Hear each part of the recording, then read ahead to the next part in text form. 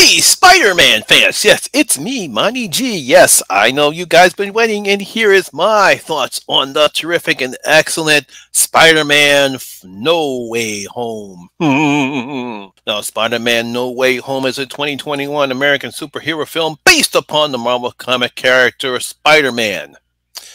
Now, this film was directed by John Watts, is written by Chris McKenna and Eric Summers. The film stars Tom Holland, Zendaya, and Benjamin Cumberbatch, and among others. Now, in Spider-Man No Way Home, after the events of Far From Home, with Spider-Man's identity now revealed, Peter asks Doctor Strange for help. When the spell goes wrong, dangerous foes from other worlds start to appear, forcing Peter to discover what it truly means to be Spider-Man. Now, before we begin, I want to make sure everyone that this is a non-spoiler review because I'm not going to spoil anything about what happened in Spider-Man No Way Home.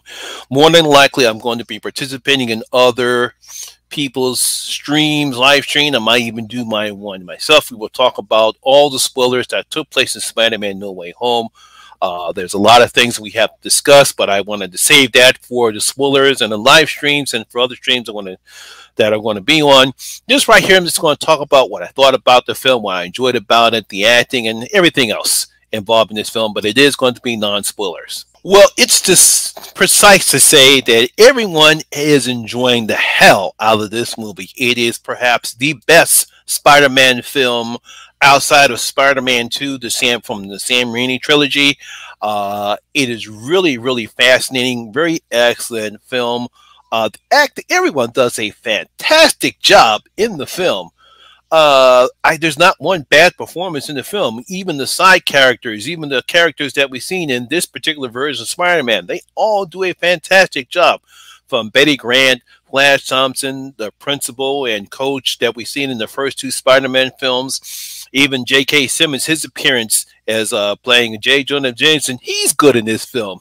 It's fantastic. I mean, there's really no need to even go over the plot. Everyone basically know what the plot is. The film picks up right after the events of Far From Home when Mysterio, on his dying breath, reveals Spider-Man's identity worldwide.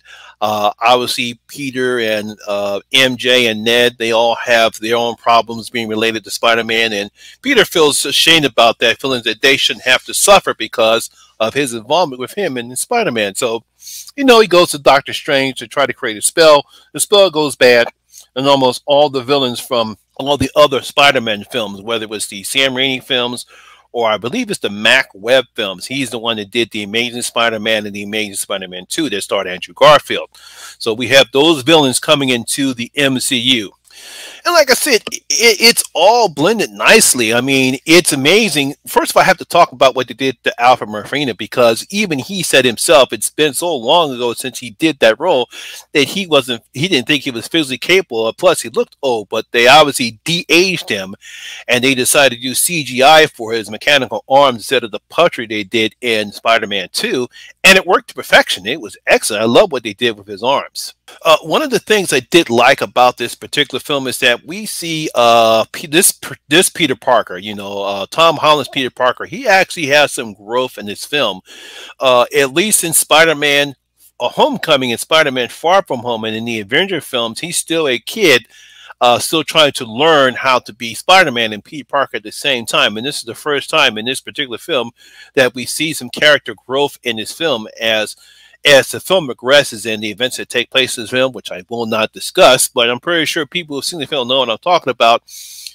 It's time that he actually had to grow up, and I think that's the reason why they made the choices they made in this film, because we need this Parker to grow up and start to understand its consequences, and also, with great power comes great responsibility. I also like the relationship that I like the chemistry that Tom Holland and Benjamin Cumberbatch have, as his relationship with Doctor Strange is different than his relationship with Tony Stark. Most people see that as a father-son relationship. This is more of a meeting of the minds.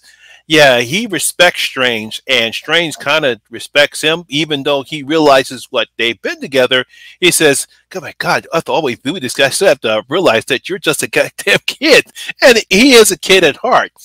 And I like that dramatic that they have between each other, and they also have some character growth in this film. Now, I'm so glad that they made the changes to Jamie Foxx's Electro, because I hated that blue skin crap they had him wear. I was like, that's not Electro. Who the hell thought his skin should be blue? Someone thought that was a nice idea. No, he doesn't need to be blue. So I'm glad they decided to change that aspect of him. He looks more like the modern Electro that we see in the comics now. You can see some images of his old costume when he first came out in some of the scenes in the film. I thought there was a nice playback in that film, like there. I also like, like I said, Jamie does a great job in this film. Obviously, the fight scenes are very well choreographed. I like the early fight scenes that we see on the highway between Peter and Dr. Octopus. I also like the fight scene that he had with Green Goblin. And, of course, William Dafoe is excellent as Norman Osborn, the Green Goblin. Got my words out right there. I like William Dafoe's character as he brings both the sad and very guilt-ridden Norman Oswald, then of course the crazy, wild, and unpredictable Green Goblin persona. I thought he did a good job in portraying those two, especially when it comes to the third act. There are a lot of Easter eggs in this film, and I'm pretty sure a lot of people saw a reference to Miles Morales, the other Spider-Man. And based upon how this film ends, there are plenty of ways that they can go with Spider-Man, particularly how the film ends and where can they do with Spider-Man now. Obviously, with the post-scene credits, I'm pretty sure they can go that route. It really could go any which way. I wouldn't be surprised if we actually see Miles Morales make his final appearance in the MCU. Maybe even Gwen Stacy could make her appearance. I forgot what her character is in the Spider-Verse, but I would love to see at least Miles Morales or Gwen Stacy make their appearance in the MCU, because there's plenty of things you can do with Spider-Man now. Now, as I stated before, out of the Spider-Man films, and that includes the Sam Raimi films and the Mac Webb films, this is the best one. I mean, yeah, Spider-Man 2, I thought that was the best, the overall Spider-Mans between Sam Raimi and Mac Webb's film.